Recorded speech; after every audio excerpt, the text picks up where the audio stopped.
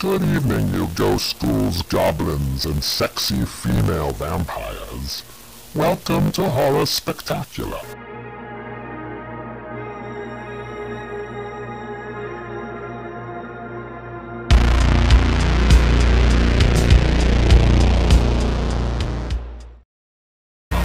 Here's host, the Slayer of Evil, Franchise TV.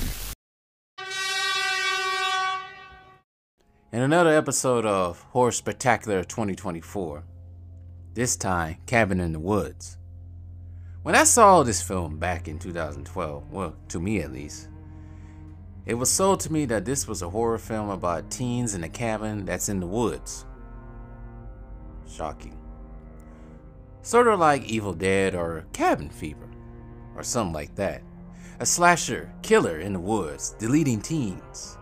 Now that sounds more like Friday the 13th as well. But now, I didn't see this movie in theaters. I might have seen it on Redbox or something like that, but I did see it sometime after its release on physical copy. But I was wrong about this film. I discovered it's a horror comedy. It's a slasher film, but also satire based on torture corn. Torture corn. Torture corn. Originally, this film was to be released back in the fall of 2009, but was pushed back to 2010 by MGM, but was eventually released in theaters back in 2012 by Lionsgate after Lionsgate bought the rights to this film. This film stars everyone's favorite Avenger, Thor, before Chris became Thor, actually. See, I was always under the impression the movie came out, the movie was created or filmed after he played in Thor. Oh, this is way before Thor. Is Thor a favorite among MCU fans? I don't know. I don't keep up with the MCU that much anymore. But one of the most memorable scenes in this film was actually Chris Hemsworth's character's death, Kurt.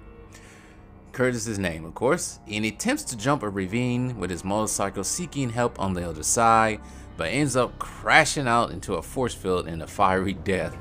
I almost died laughing myself. I almost really did die laughing. It was too funny. It was completely unexpected. And I rewind the part like multiple times. It was just too much for me. I was crying and laughter. Probably one of the most funniest scenes I've ever seen in a horror film. But this movie is brilliant. The premise is set up around college teens that represent the typical role in teen slasher films. The virgin, the athlete, the whore, the fool, and the scholar.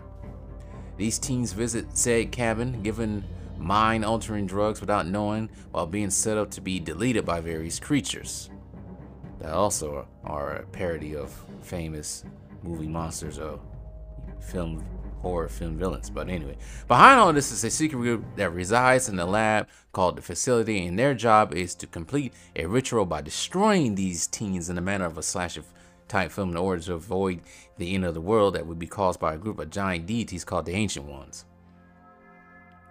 Sounds very Doctor Strange-ish. In order for the ritual to work, the whore has to go first, and the virgin must die last or survives. Well, it almost goes to plan, and then let the bloodbath begin until the virgin and the fool decide to let the world go to hell, deciding humanity is not worth saving.